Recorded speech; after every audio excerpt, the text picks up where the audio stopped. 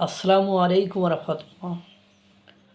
ভারত বিরোধী ভারতের শত্রু দ্বারা ভারতকে অস্থির করতে চাচ্ছে যারা, ভারতের সেই প্রতিবেশী রাষ্ট্রগুলো এখন আছে চরম বিপদে। তাদের নিজেদের কারণেই নিজেরা আছে চরম বিপদে। সেই বিপদের কোনো শেষ নেই।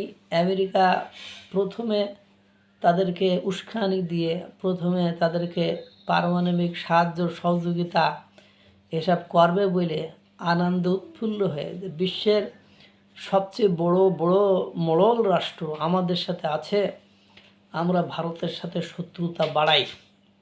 দিল্লি না ঢাকা, পিন্ডি না মানে দিল্লি, পিন্ডি পিন্ডি, আর দিল্লি না ঢাকা, ঢাকা ঢাকা, এইসব স্লোগান দিয়ে ভারতের সাথে শত্রুতা বাড়াই। এবং আপনারা জানেন, যারা পরাজিত শক্তি, সেই সব পরাজিত শক্তিগুলো একত্রিত হয়ে ভারতকে কোণঠাসা করার একটা প্রাণান্ত চেষ্টা করেছিল, এখনও করে যাচ্ছে। এখন মার্কিন যুক্তরাষ্ট্র এই শত্রুদেরকে ফেলেছে চরম বিপদে। তারা মার্কিন যুক্তরাষ্ট্রে অর্থাৎ আমেরিকার সাথে, ডোনাল্ড ট্রাম্পের রাষ্ট্রের সাথে বন্ধুত্ব করতে যে একটা তো দেউলিয়াত্বের শেষ প্রান্তে, অর্থাৎ এখন ঋণ ছাড়া বিকল্প, তাদের আর কোনো উপায়ন্তর নেই। এখন দেখছি এটা হাসির তামাশা ঠাট্টা জিনিস হইলেও যে ইরানের এত পারমাণবিক বোমা টোমা, এত ভারী ভারী বোমা মারাচ্ছে। এখন মার্কিন যুক্তরাষ্ট্র চাচ্ছে যে যেসব মরণাস্ত্র 1971 সালে বাংলাদেশে পাকিস্তান ব্যবহার করেছিল, সেই সব মরণাস্ত্র চাই পাকিস্তানের কাছে আপনার মার্কিন যুক্তরাষ্ট্র, অর্থাৎ এইসব মরণাস্ত্র দাও, এইসব দিয়ে ইরানে হামলা করব। এবং শুধু মরণাস্ত্র নয়, তোমাদের যেসব সৈন্যরা এসব ব্যবহার করেছিল সেই সব সৈন্য মানে নাপাকি বাহিনীদেরকে এখন ইরানে পাঠাইতে হইব যুদ্ধ করতে, তাদের যেসব অস্ত্র আছে সেই সব অস্ত্র দিয়ে। কারণ এতদিন যুদ্ধ করেও, 40 দিন যুদ্ধ করেও 3300 কতজন মাত্র ইরানের লোককে হত্যা করতে পেরেছে।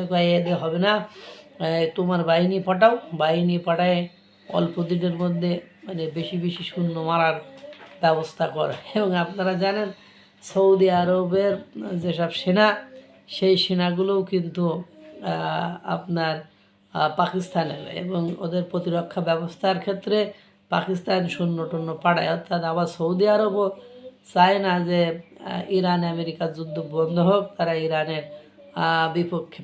এদিকে আমাদের বাংলাদেশের সেনাপ্রধান ওয়াকারুজ্জামান সাহেব, উনি কিন্তু ঘুরে এসেছে আমেরিকা থেকে সফর করে দেশে ফিরেছেন, এখনও ব্রিফিং হয়নি।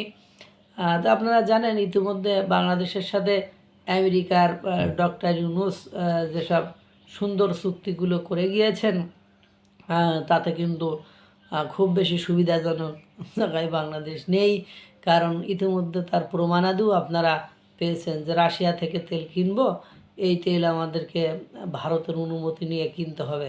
সুতরাং সব কিছু মেলায় পাকিস্তান এবং বাংলাদেশ আমেরিকার সাথে মিশে আছে চরম বিপদে। কখন না বলে বসে যে বাংলাদেশের এবং পাকিস্তানের সৈন্য ইরানে ওই পাঠাইতে হবে যুদ্ধ করতে ইরানের বিরুদ্ধে।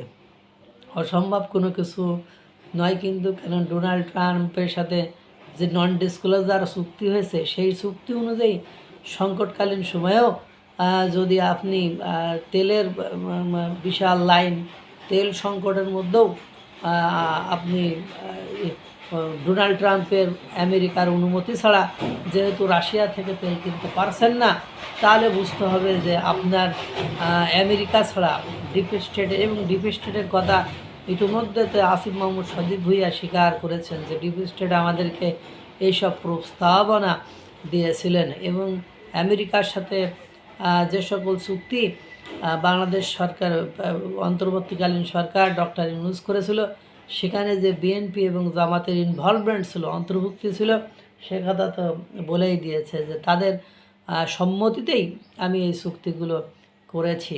এখন তাহলে ওদিকে ইতিমধ্যে মার্কিন যুক্তরাষ্ট্র পাকিস্তানকে বাটে ফেলে দিয়েছে, এদিকে ভারতের বাংলাদেশের যিনি সেনাপ্রধান, উনি কিন্তু আবার মার্কিন যুক্তরাষ্ট্র থেকে সফর শেষ করে দেশে এসেছেন, অর্থাৎ সফর করতে গেছেন, তার মানে সেখানে তো মিটিং মিটিং হয়েছে।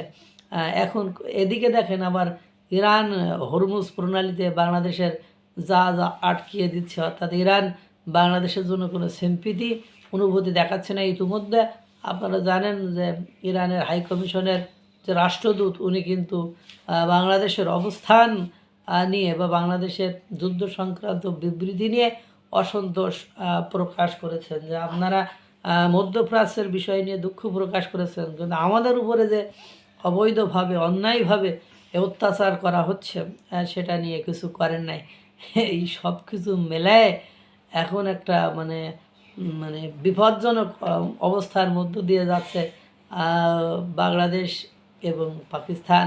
কারণ তারা এখন আমেরিকার বিপক্ষে যে কোনো কিছুই করতে পারছে না, এখন এর কারণে অনেক দেশ অবাক হয়ে যাচ্ছে, এবং বিশেষ করে বাংলাদেশ এবং পাকিস্তান আমেরিকার হয়ে, যেমন আপনারা দেখেন কিছুদিন আগে ভারতের যেসব লস্করি তৈবার পাবলিক ধরা পড়েছে তারা বাংলাদেশ হয়ে গেছে, তাদের মধ্যে কয়েকজন বাংলাদেশি ছিল।